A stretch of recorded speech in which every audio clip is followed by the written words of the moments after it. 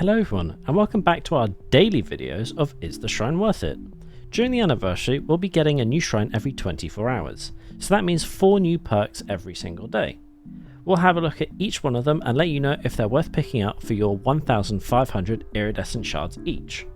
Just for reference, it is normally only ever worth it to buy perks from the Shrine of Secrets that are either from licensed characters or from characters that are very new and that cost a lot of shards to fully purchase. Today we have perks from Blight, Trickster, Orella and Cheryl. Those perks are Hex Blood Favor, Hex Crowd Control, Do No Harm and Soul Guard. Let's get into the survivor perks first. Our first survivor perk is Soul Guard. Gain the endurance status effect for 8 seconds after being healed or having recovered from the dying state. While cursed by a hex, you can fully recover from the dying state. This can only trigger once every 30 seconds. This is what it looks like in game.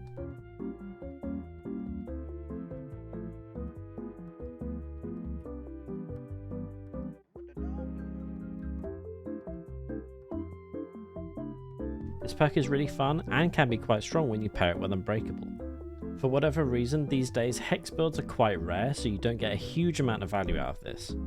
In saying that, I still think it's strong enough to fit in pretty much any of your builds as a standalone perk. Whether it's strong or weak, Cheryl is a licensed survivor, so I would 100% say any of her perks that are in the shrine are worth picking up. Our next perk is Do No Harm. When you heal another survivor, for each hook state they have, heal 50% faster and gain 3% progress for succeeding a great skill check. This is what it looks like in game.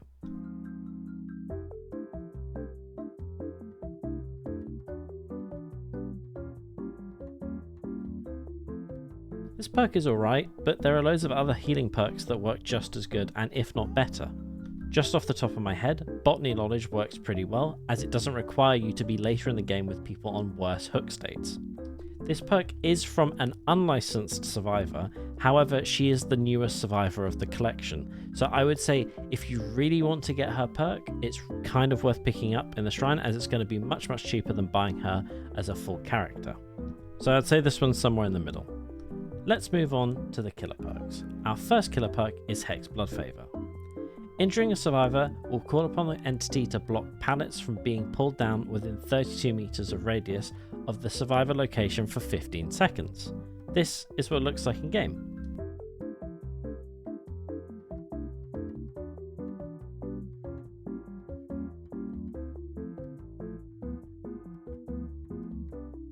This perk is super meta, super strong, I'd 100% run it in my builds.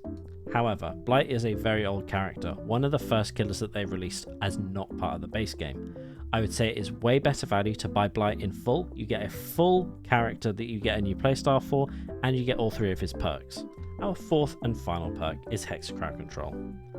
When a survivor performs a rushed vault, the vault becomes blocked by the entity. This applies up to 5 vaults. This is what it looks like in game.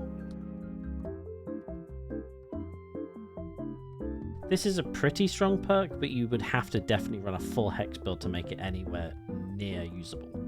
Trickster is a pretty old character now, so I would say that it's worth picking him up as full, and then you get all 3 of his perks because he's got 2 other pretty decent ones. Stay away from this perk in the shrine and just go for Trickster instead.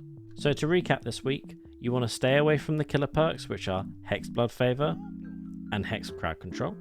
You definitely want to purchase Soul Guard, and if you're kind of feeling like you kind of want to buy it, I would say get Do Not Harm. Hopefully the shrine tomorrow will be either really good or really bad, so we can either buy loads of perks or we can buy absolutely nothing and save for further ones. See you then. Bye.